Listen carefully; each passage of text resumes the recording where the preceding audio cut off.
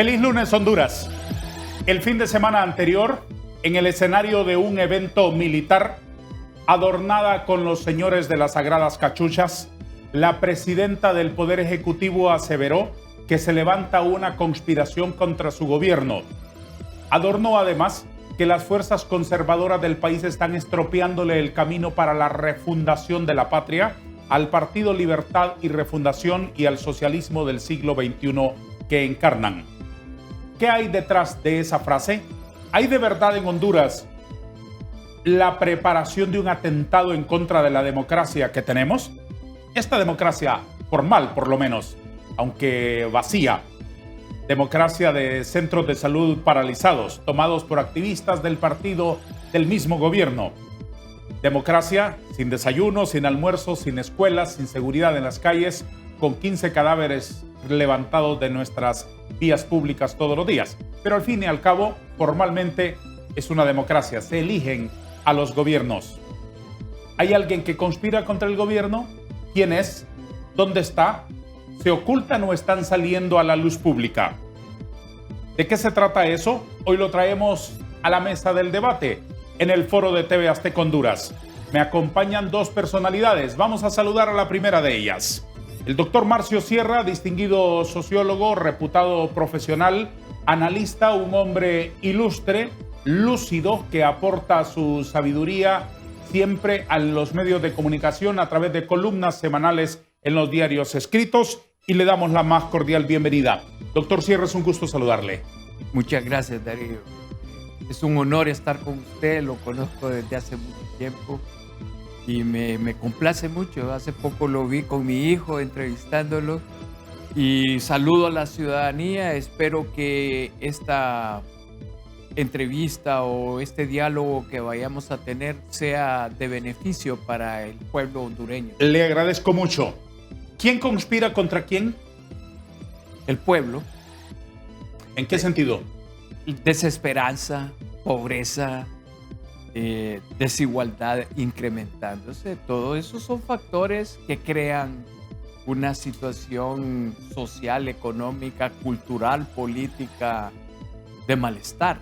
Y ese malestar es el que conspira contra el gobierno. Lo que pasa es que eso se va traduciendo poco a poco en una cuestión más orgánica y pudiese ser que haya fuerzas que no es que están conspirando, sino que están hablando de la situación que está pasando y que hay que corregirla. A ver, desde el punto de vista doctrinal, la Real Academia de la Lengua explica que conspirar es unirse varias personas para hacerle daño a un superior. ¿Hay aquí un movimiento político, social, económico, de fuerzas que tengan de verdad poder levantándose en contra del gobierno actual de la presidenta Iris Castro? Sí los hay. Yo sí creo que los hay. Lo que pasa es que hablar de una conspiración política significaría que hay sectores políticos que están hablando para ver la posibilidad de crear condiciones para un reemplazo del gobierno en elecciones generales. No es que se está viendo hacer un golpe de Estado. Pero yo sí creo que si las condiciones se ponen tan perversas como están ahora, puede ser que ocurra una situación que no queremos. Vamos, pero eso no es literalmente una conspiración en los términos en los que lo plantea la figura principal del Ejecutivo. Es decir, porque preparar los partidos políticos para quitar a un partido, para ganar otro, es absolutamente legítimo en una democracia, ¿o no? Es correcto. Sí, es legítimo. Lo que sucede, Darío, es que hay situaciones, hay sectores que van más allá de eso, ¿verdad? Y que el malestar que tienen es real, ¿verdad? Yo he escuchado rumores, pero son rumores, de que hay gente que quiere quitar a Xiomara, ¿verdad? Porque no está cumpliendo con lo que había prometido. Pero la verdad es que yo hasta ahora lo que observo es que hay fuerzas políticas democráticas que están dialogando para lograr un frente común que pueda considerarse una competencia firme en elecciones generales. Hasta ahí es donde yo veo que va la cuestión. Ayúdeme, doctor Sierra, a entender algo. ¿Qué demuestra que el Partido Libre pida refuerzo al Partido Liberal con un planteamiento invitándoles a un cogobierno, y una semana después de que el Partido Liberal dice no, la señora Castro clame que hay una conspiración contra su gobierno? Claro, es un distractor. Mire, el Partido Libre necesita hacer alianzas en el Congreso para poder aprobar iniciativas que están dentro de la minuta que ellos tienen. ¿Eso es todo el cantar del cogobierno? Eso es lo que yo creo que es el cantar del cogobierno. O sea, el cogobierno ellos lo quieren para poder impulsar planteamientos o estrategias que ellos ya tienen en su guía que les está dando el Foro de Sao Paulo. Y eso se concreta en 15 votitos que hace falta para la mayoría simple en el hemiciclo. Así es. Para mí así es. Eso es lo real. Sí, eso es lo real. Eso es lo real. Aparte de toda la filosofía, de los discursos, sí, de los cantares y de todo el asunto, lo que necesita el Partido Libre es 15 votos en el Congreso. Así es. O sea que no los tiene.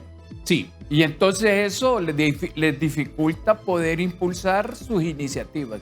Y para eso tienen que buscar alguna alianza. El problema que tiene la política en este momento es que hay desconfianza. Hay una desconfianza tremenda en el gobierno. Y entonces plantear cogobiernos es difícil porque no han sido sinceros en política, no han sido honestos y están planteando un proceso que crea desesperanza. Y entonces, si el Partido Liberal asumiera una posición de cogobierno, se volvería responsable directo del mal gobierno que están haciendo. Entonces, y casi gratuitamente, ¿no? Sí, pues. Ellos sí, no sé, ya ni él ha dicho, lo he escuchado, que no van a hacer coalianza, ¿verdad? Pero lo que encierra una coalianza con el gobierno, con el Partido Liberal, es distribución de cargos en el gobierno y la conseguida de los votos en el Congreso. Esa es la finalidad de un cogobierno. ¿Cuál es la agenda mínima que tiene entorpecida Libre en el Congreso?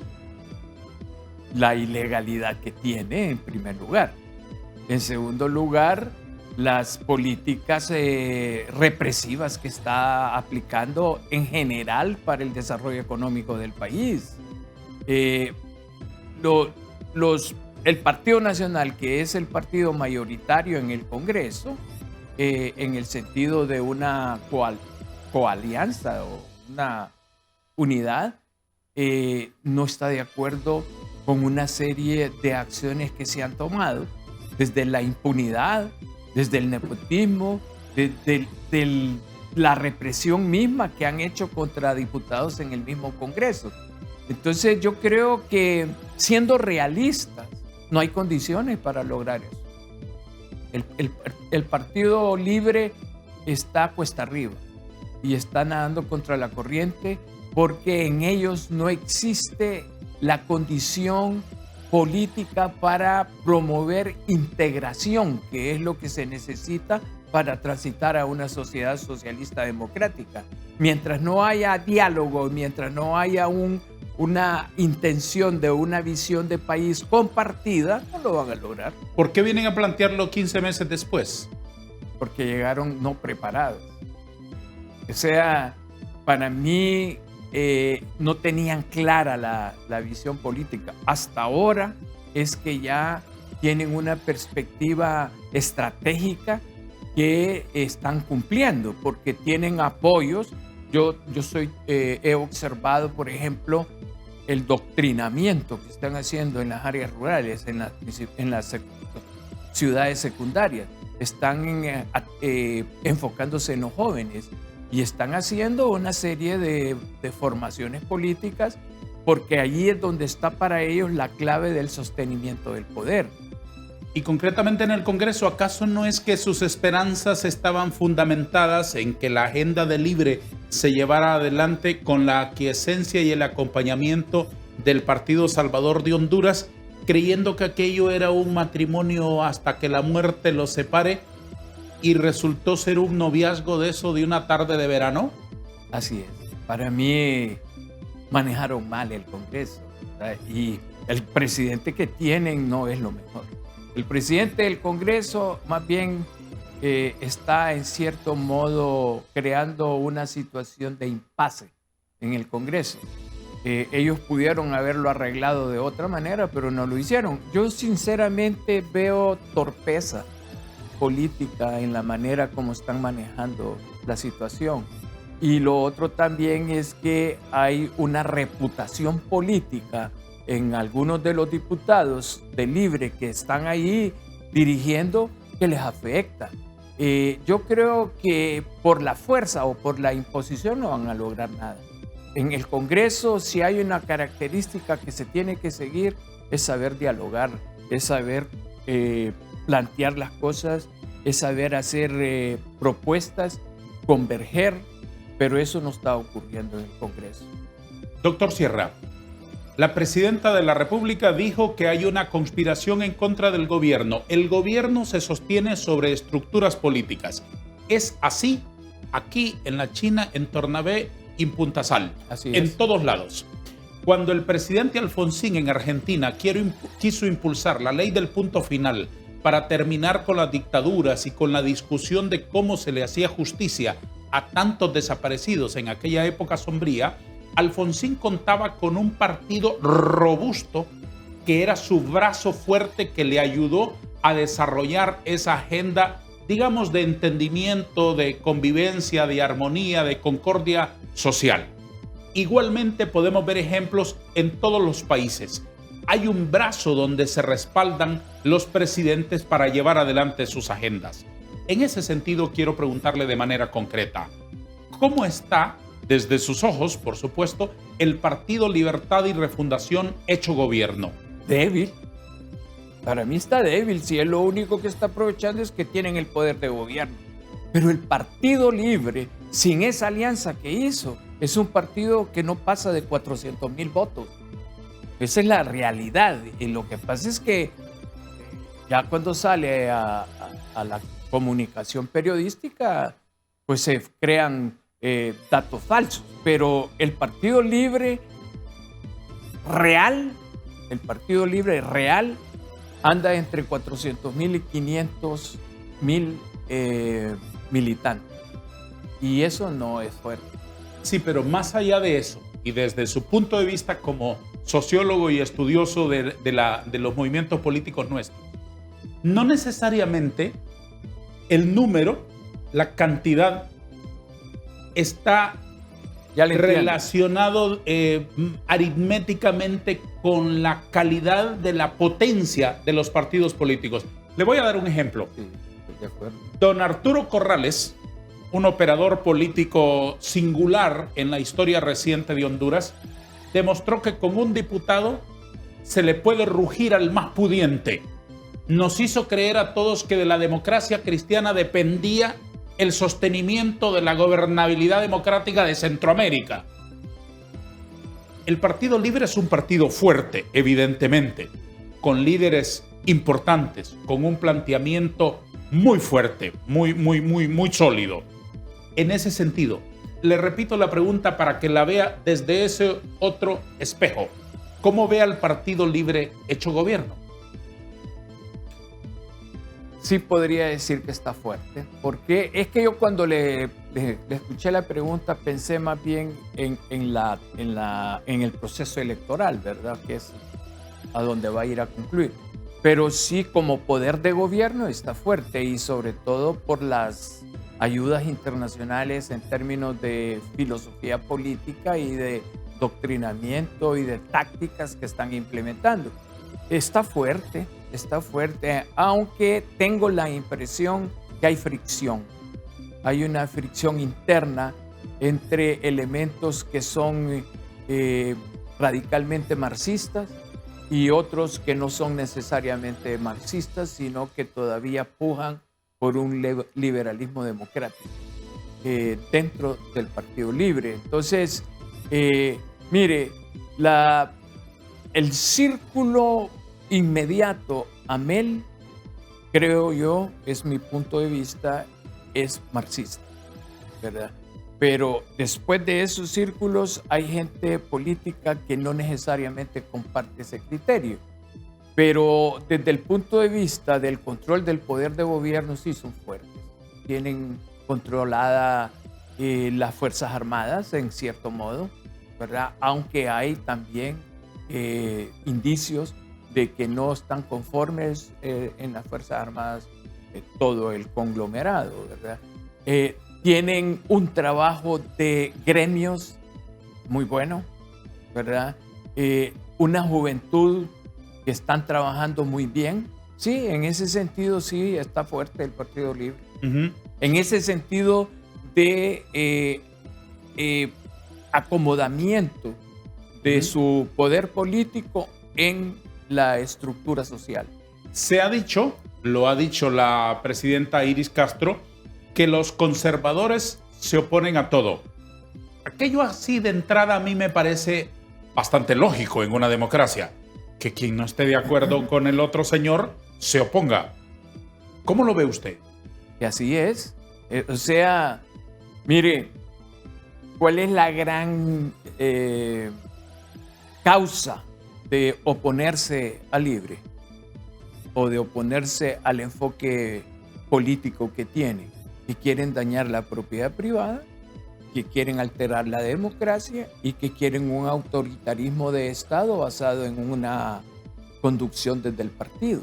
Y eso, desde el otro lado, no lo vamos a aceptar.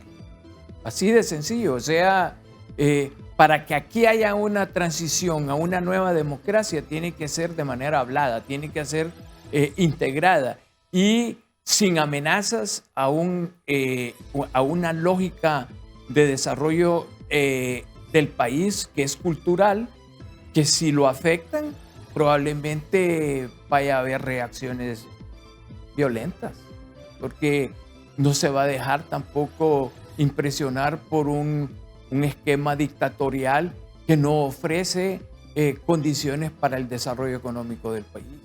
Vamos a la primera pausa. Don Marcio Sierra conversando con nosotros esta mañana en TV Azteca Honduras, más cerca de ti.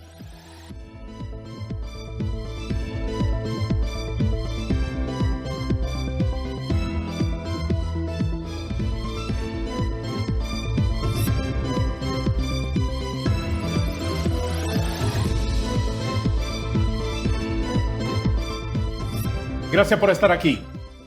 Discúlpeme, doctor, que yo sea tan desatento y tan poco gentil. No le he ofrecido cafecito. ¿Gusta de usted? Estoy tomando agua. ¿No le gusta el café por la mañana? Poco. Sí, ¿Poco? Sí, tomo agua. Y si alguno había que tomarse, ya se lo tomó a las 3:30 de la mañana, que es que usted se levanta muy temprano, ¿no? Sí, casi siempre como a las 4:30, 5. 4:30, 5. Empiezo a revisar. Le pregunté recientemente a un militar, ¿a qué hora se levanta usted? A las 4 de la mañana todos los días desde hace 26 años. Le digo, ¿y un día de vacaciones, por ejemplo, que usted está en Miami, que el único punto de agenda es que su esposa vaya al mall a las 10 de la mañana? Ah, no, ya ese día ya me levanto a las 4:15. Me dice, duermo un poco más. Muy bien. Esta mañana saludo también a una personalidad tan brillante como don Marcio, que nos acompaña. Vamos a tocar esta ventana a ver si aparece. Aquí está doña Melissa Elvir, directora de la Federación de Organizaciones No Gubernamentales para el Desarrollo de Honduras. Doña Melissa, le agradezco esta mañana que usted nos atienda la conexión.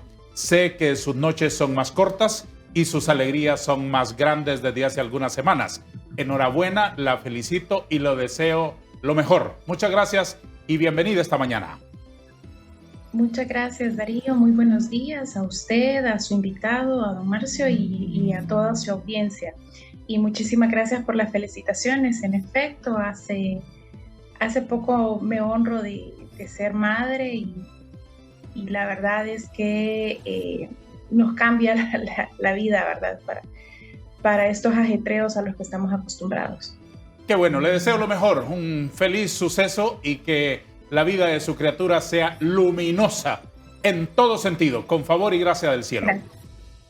Amén. Doña Melissa, la presidenta de la República ha dicho que hay una conspiración fraguándose en contra de su gobierno. ¿Cuál es la primera impresión que a usted le provoca? Bueno, parece que seguimos teniendo problemas torales en nuestra sociedad, no solamente en la toma de decisiones de gobierno, sino que también en la generalidad de los sucesos del día a día, ¿verdad? Y más que realmente se esté fraguando una conspiración, un tema de un golpe de Estado, pareciera que es un temor constante, ¿verdad?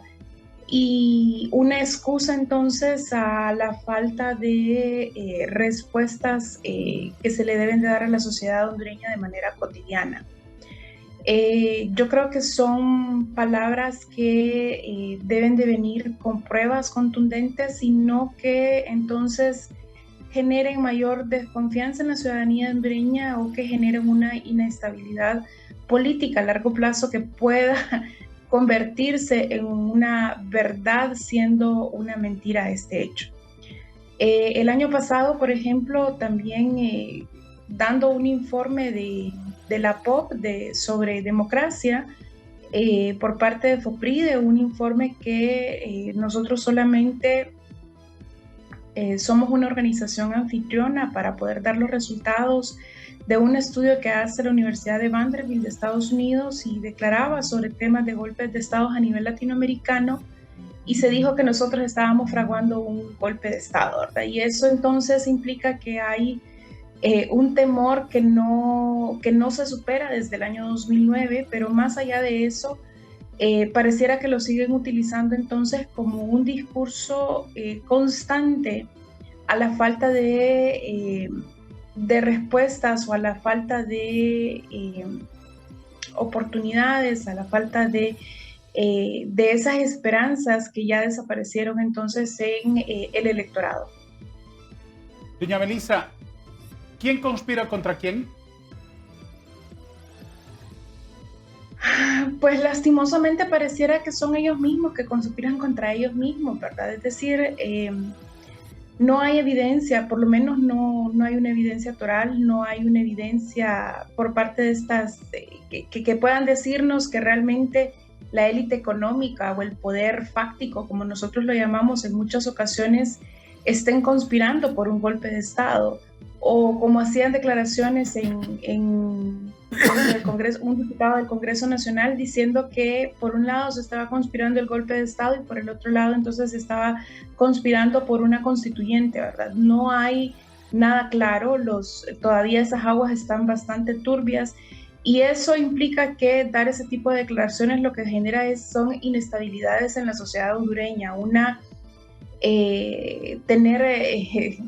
tener los pelos de punta cada día, en realidad, como decimos popularmente, precisamente porque no sabemos si mañana vamos a seguir con esta tranquilidad que seguimos el día de hoy, a pesar de todos los inconvenientes en temas de seguridad, en temas de justicia, en temas de seguridad ciudadana, en temas de salud, en temas de educación.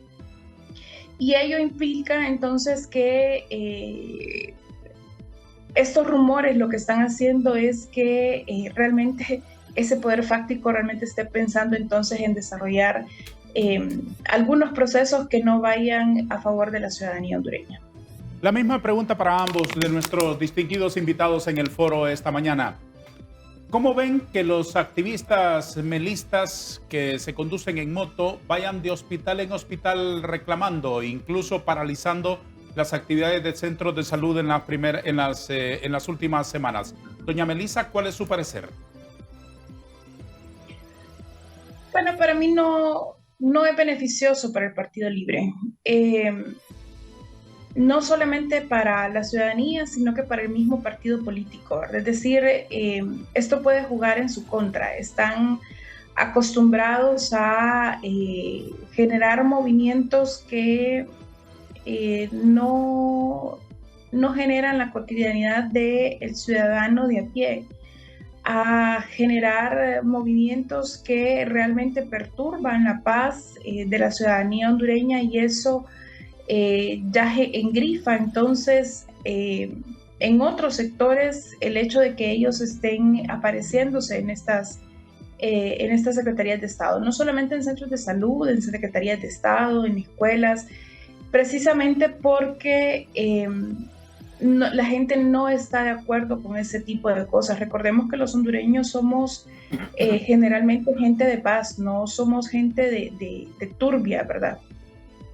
Y eso no le genera una buena carta al partido político que está en el poder tampoco, precisamente porque ya son ellos los que están en el poder y pareciera que quieren continuar en una oposición a todas las tomas de decisiones de gobierno, a pesar de que son sus mismos líderes los que están en ese gobierno. Entonces no puede jugar chueco, puede ser contraproducente, porque en algún momento se les va a salir de las manos estos hechos que quieren desarrollar, es decir, más de algún momento puede haber no solamente heridos, sino que también un muerto, y no necesariamente de su partido, para poder convertirlos en un mártir, sino que puede ser un ciudadano que ande por las casualidades de la vida, por esos rumbos, y lo que van a generar entonces es un mayor descontento de la ciudadanía, inclusive un odio hacia un partido político que está estrenándose como sea en tomar decisiones en este gobierno. ¿Y usted, don Marcio, cómo ve el accionar de estos grupos políticos tomándose centros de salud, protestando en instituciones, siendo del mismo partido que gobierna? Mire, para mí son un mecanismo de intimidación fríamente calculado. Eso se creó para tener un brazo con el cual imponerse en ciertas situaciones y también para poner orden en otras internamente. Pero definitivamente es un mecanismo que refleja la calidad autoritaria que tiene el gobierno actual. Es un mecanismo de intimidación con el cual señalan que ellos son los que mandan, y que si se desvían de una situación que a ellos no les parece, entonces cargan con eso. Me gusta lo que sí está diciendo ella, doña Melissa. Melissa, sí, de que pudiera ser también interno para controlar el mismo ímpetu de libertad o anarquismo que tiene el Partido Libre. Pero yo no sé, yo tengo la impresión que ese mecanismo se les puede ir de la mano, y eso, mire, violencia genera violencia. Y si ese mecanismo se dinamiza más de lo que está, puede encontrar respuesta de la misma naturaleza por parte de la oposición. Otro asunto, doña Melissa, ¿cómo se ve en FOPRIDE que del presupuesto general de ingresos y egresos de la República, que ya de por sí es limitado para tantas necesidades que tenemos, se destine $10 millones para cada uno de 12 helicópteros para las Fuerzas Armadas de Honduras?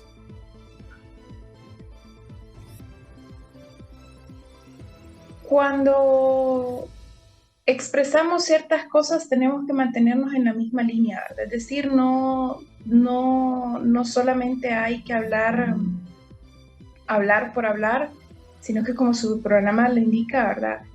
Que los hechos hablen por nosotros también. Fueron muchas críticas en gobiernos anteriores precisamente por la inversión que se estaba haciendo en temas de seguridad de manera directa para las Fuerzas Armadas o para la Policía Nacional.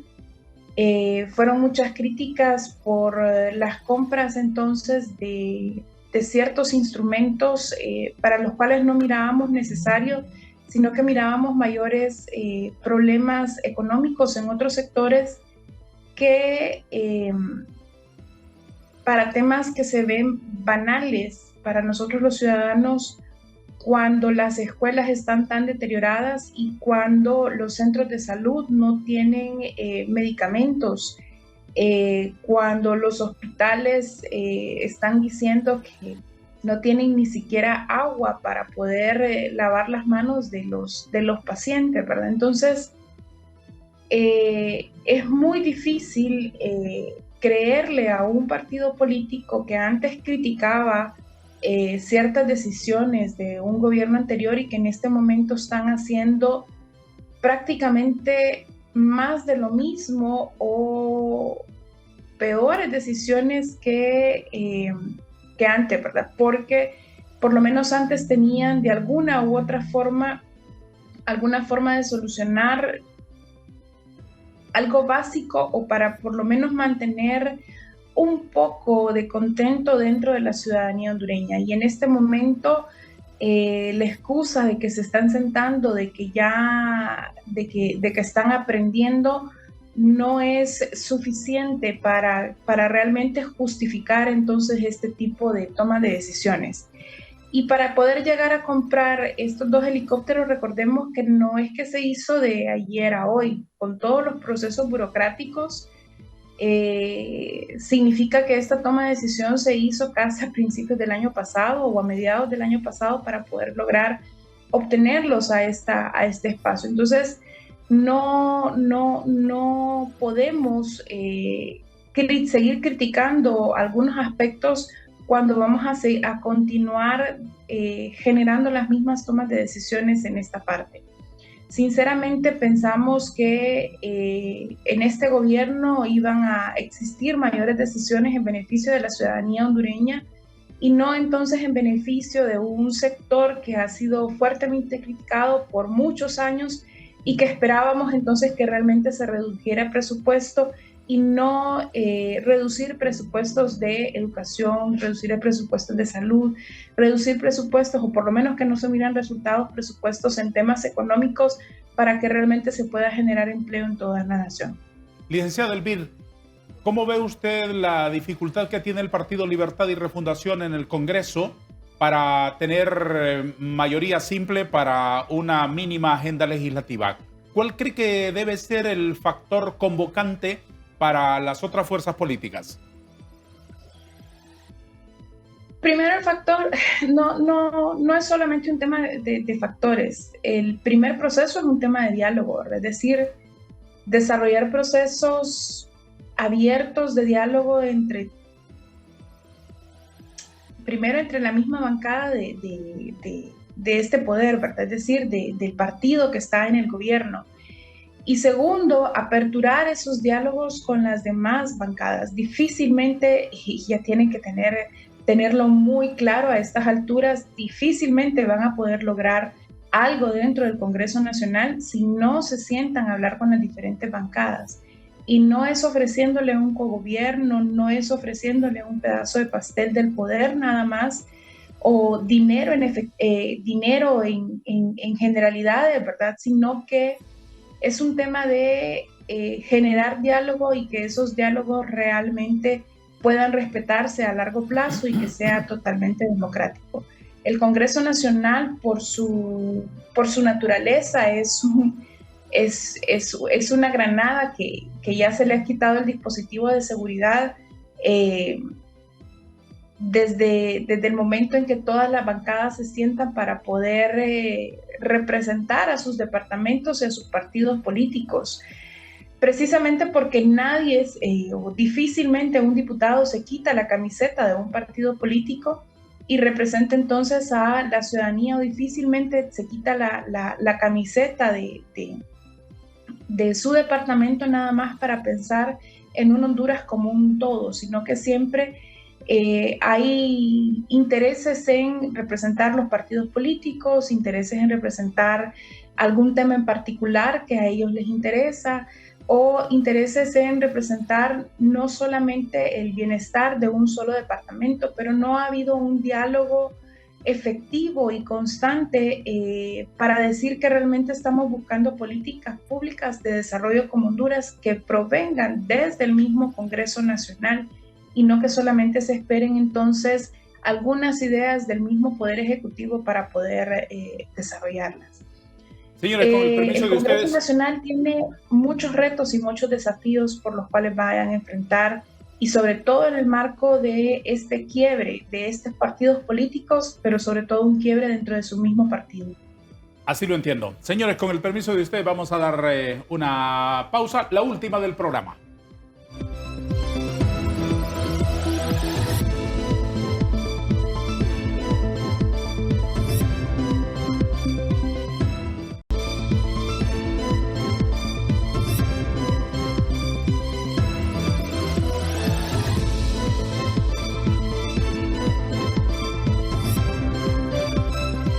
Una última inquietud para usted, doña Melissa Elvir. ¿Cómo esperan desde FOPRIDE que se corrijan todos estos asuntos que están distorsionando la actividad de un gobierno para llevar adelante políticas públicas en áreas sensitivas de la sociedad hondureña? ¿Y qué esperan del devenir de esta administración desde su escritorio, desde una organización no gubernamental?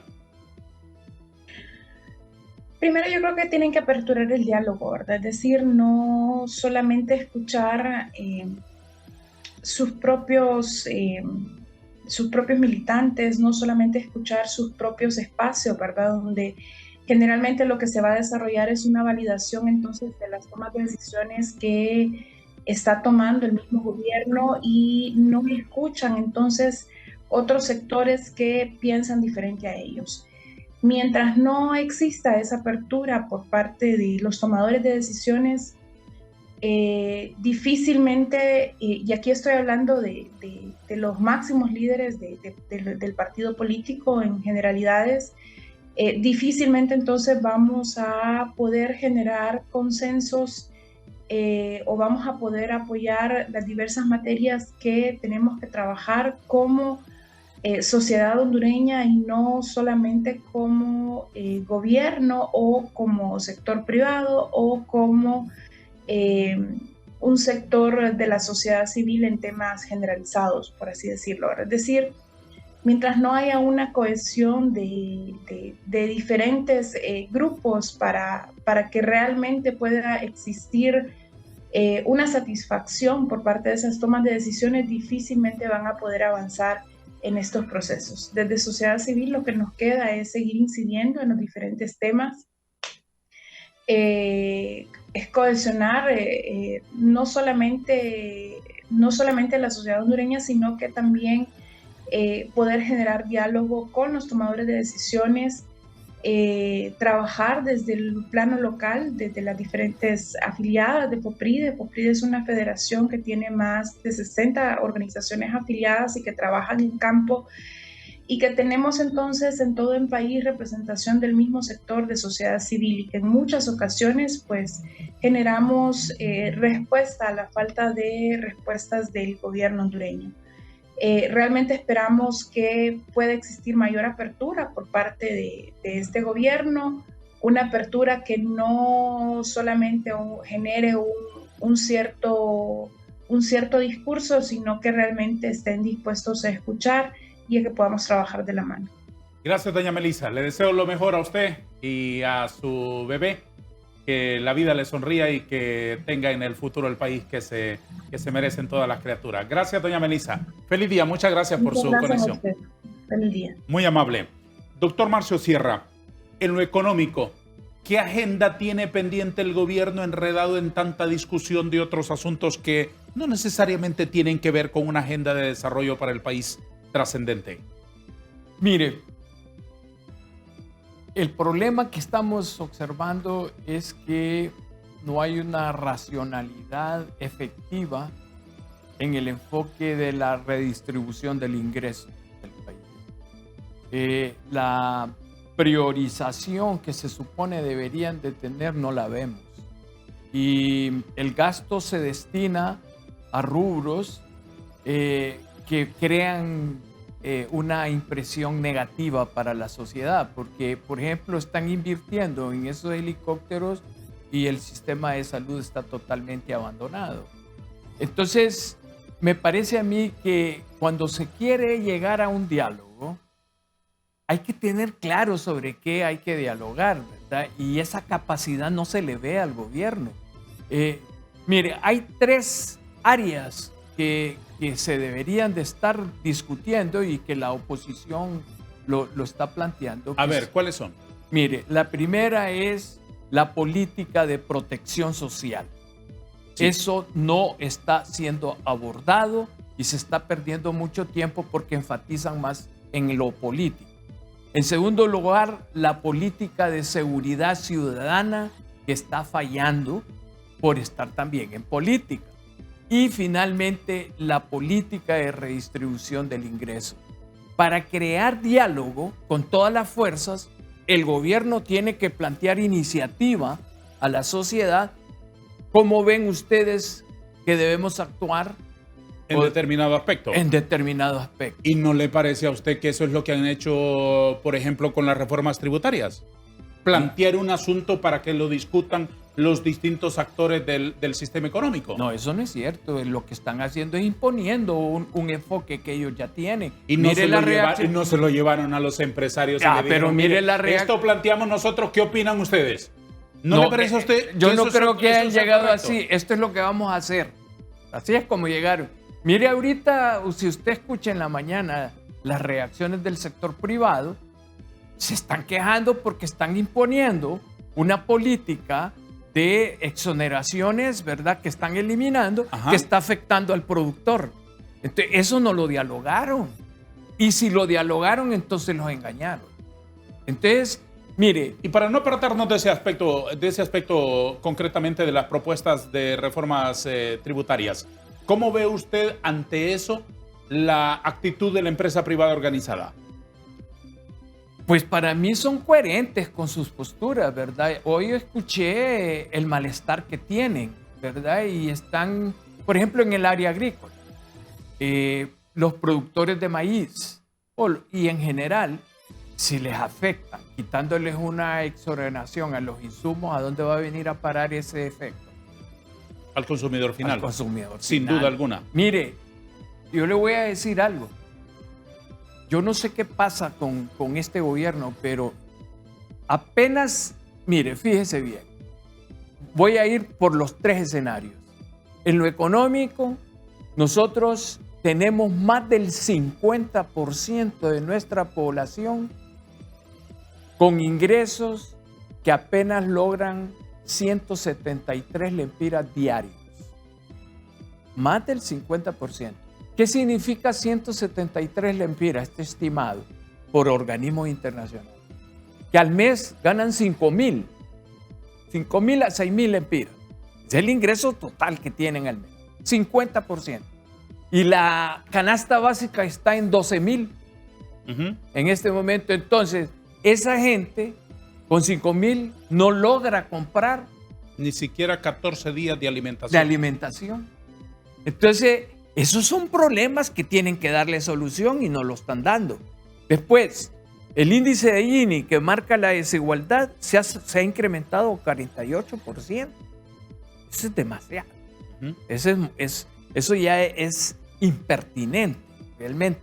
Entonces, ¿qué podemos hacer? Esa es la gran pregunta. Entonces, mire, Honduras, no me gusta ponerlo en estos términos, pero Honduras es, en el hemisferio occidental, el país con más pobreza y desigualdad en este momento. Si sabemos eso, ¿por qué no se plantea una política desde donde la estén planteando filosóficamente para atacar ese problema? ¿Por qué no lo hacen? Porque le están dando prioridad a lo político vernáculo, le están dando prioridad a consolidarse en el poder de alguna manera y entonces están haciendo más política que desarrollo económico. Entonces, yo creo que aquí hay un problema de capacidad. ¿Quién dirige realmente esa política? ¿Quién establece la racionalidad en el gobierno? Entonces, no se está claro. Entonces, yo creo que en este momento, sí, como lo decía ella, es necesario un diálogo, pero para que haya un diálogo hay que poner sobre la mesa sobre qué quiere dialogarse. Pero si lo que se quiere dialogar es sobre cuestiones políticas, vernáculas, de corto plazo, manipuladas, no van a llegar nunca a un diálogo. Porque para llegar a un diálogo hay que saber qué es lo que se quiere. El tercer acápite que usted mencionó como fundamento de lo que deberían ser las políticas, dijo usted algo relacionado con la seguridad ciudadana. Una muy pequeña parte de la seguridad ciudadana voy a plantearle para escuchar su parecer porque ya no tenemos tiempo lastimosamente. ¿Cuál es la mano dura en los presidios que anunció la presidenta Castro hace algunas semanas o hace algunos días versus la invitación cordial que hizo la lideresa de los interventores de los presidios a que los muchachos muy amablemente dejen sus armas así colocaditas en una salita de los patios de los presidios? Mire, ese es un tema bien complejo. Y le voy a decir que es un tema bien complejo porque los presidios están tomados por la corrupción. Hay un sistema botín y un sistema de control de los presidios en que el gobierno no tiene definida. Y si tiene una política definida es de complicidad. Allí están sucediendo cosas que alarman porque los presidios dan la impresión que no son controlados por el gobierno, sino por el gobierno interno que ellos tienen, los presidiarios y la mara. Entonces, hay una situación que yo todavía no estoy claro cómo piensan resolverlo, dialogando de la manera como lo están haciendo. Una reflexión final, don Marcio, para lo que un sociólogo como usted, desde su experiencia y desde su serena forma de ver las cosas, esperaría que ocurra en esta Honduras que comparte no solamente el gobierno, sino también nosotros los ciudadanos como usted y como yo. ¿Qué espera que ocurra en los próximos meses, en los próximos años? Es una pregunta bien difícil de contestar. Si soy pesimista, la respuesta que le doy es polarización de la sociedad. Si soy positivo, va a haber un diálogo con las fuerzas de oposición que va a permitir que se llegue a las elecciones generales de la buena forma. En otras palabras, veo incertidumbre. Hay una incertidumbre enorme porque el gobierno tiene una agenda que no comparte, que toma decisiones unilateralmente y que excluye a los sectores empresariales, los está afectando y pareciera que es intencionalmente. O sea, yo estoy tratando de entender hasta qué punto es real esa teoría que dice que nos quieren llevar hacia la pobreza extrema, tocar fondo para de ahí comenzar una base cero. No sé si de repente esa es la estrategia que están siguiendo a nivel internacional. Si dentro de un par de meses tiene usted tiempito y no tiene algo más importante que hacer una mañana como a las 7, véngase para que sigamos platicando sobre estos y otros asuntos. ¿Le parece? Con mucho gusto. Le prometo tenerle algo más que una insípida botellita de agua, sino que algo más generoso como usted se lo merece. Sí, yo quiero agradecerle la oportunidad que me da y decirle a la ciudadanía que la serenidad es importante, pero la oposición efectiva también. Le agradezco, don Marcio. Muchas gracias y que tenga un feliz día. Sí.